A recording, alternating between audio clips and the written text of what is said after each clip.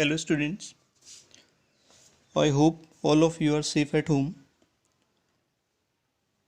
Now you know that we have completed two chapters of class 8th biology, that is chapter 1 transport of food and minerals in plants and chapter 3 that is ecosystem.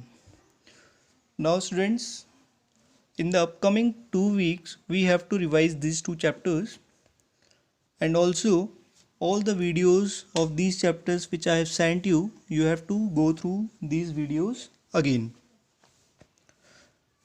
Now, as a part of revision of this first chapter, today we are going to discuss some important terms from the chapter 1, that is transport of food and minerals in plants.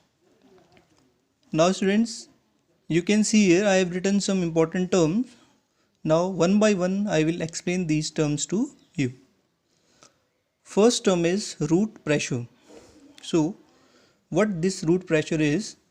It is the pressure developed in the roots due to continuous inflow of water.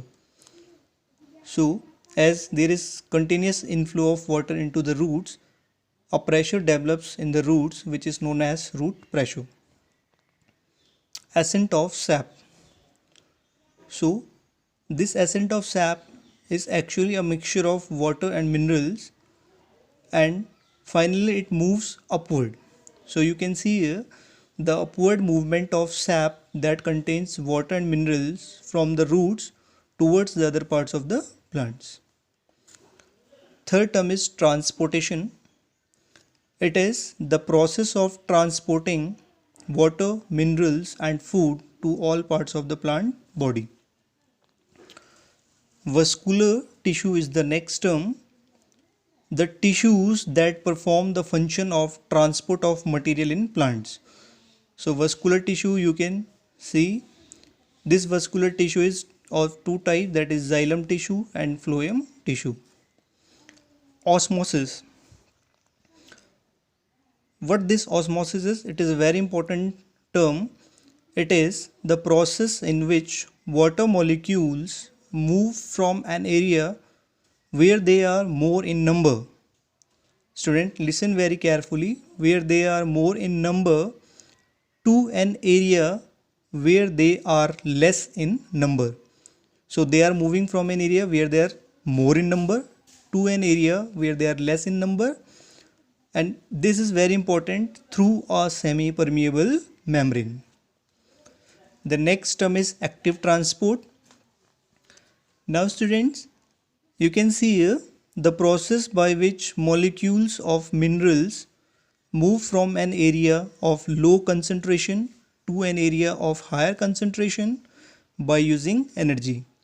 So here the movement of molecules, they need energy for their movement. The next term is transpiration. It is the loss of water in the form of vapors from the leaves of the plants into the air. Eighth term is micronutrients. This is very important term.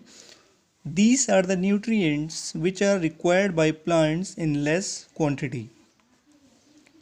And the last term is macronutrients. So these are the nutrients which are required by plants in more quantity. Now students, what you have to do, you have to note down all these important terms in your notebook, and you have to learn all these important terms. In the next lecture, we will be discussing the chapter as well as we will be discussing the question answer of the chapter.